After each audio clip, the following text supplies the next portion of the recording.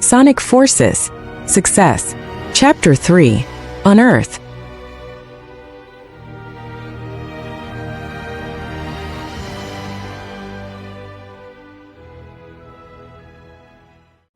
Sonic? What in the... How did he? Is he breathing?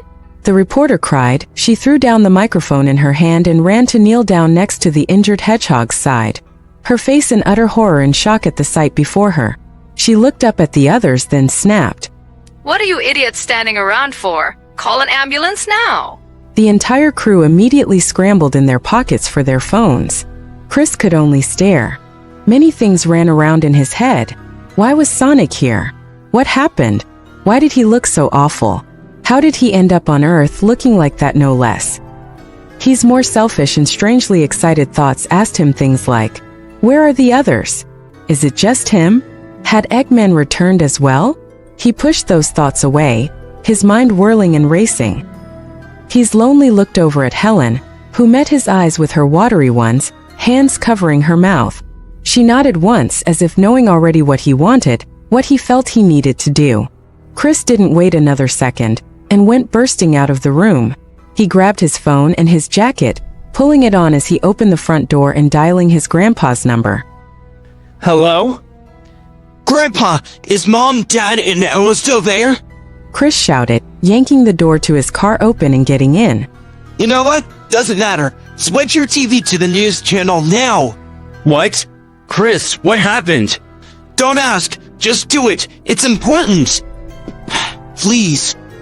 He started the car as his grandfather muttered a confused, Okay. and pulled himself out of his giant's driveway as the gate opened, not hanging up and his heart pounding. What on earth? Sonic? He's here?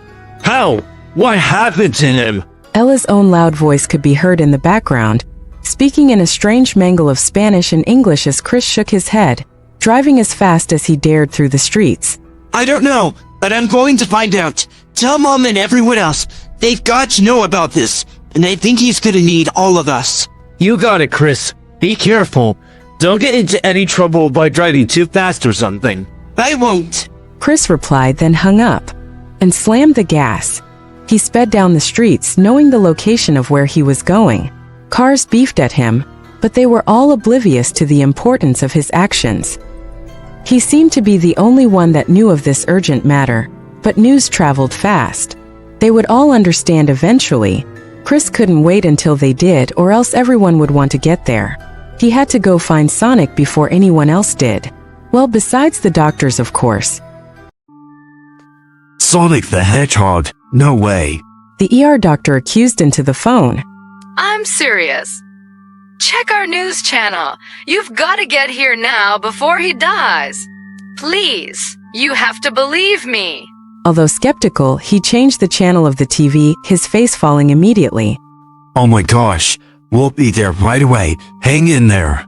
We need an ambulance down in Zasia Square Park Stat. A woman in the waiting room's eyes widened with surprise as she saw the horrid sight of the blue hedgehog. She immediately took her phone out and snapped a picture, posting it on some sort of social media with the words, "Sonic the Hedgehog is back. What happened to him?"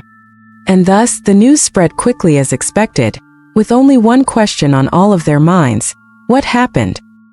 Chris arrived in time to see a stretcher being carried into the back of an ambulance as quickly as they could without jostling the injured hedgehog too much. Worry and questions edged in all of their faces. The newscast launched with the same faces, the cameras still rolling. Whether if it was intentional or not, no one cared. Chris pounded his fists on the top of his car in frustration as they shut the doors and began to drive off. He climbed back into his own car, and followed the ambulance as its siren went off. Cars slowed and moved out of the way, which made Chris's job easier. Don't worry, Sonic. I'm coming for you.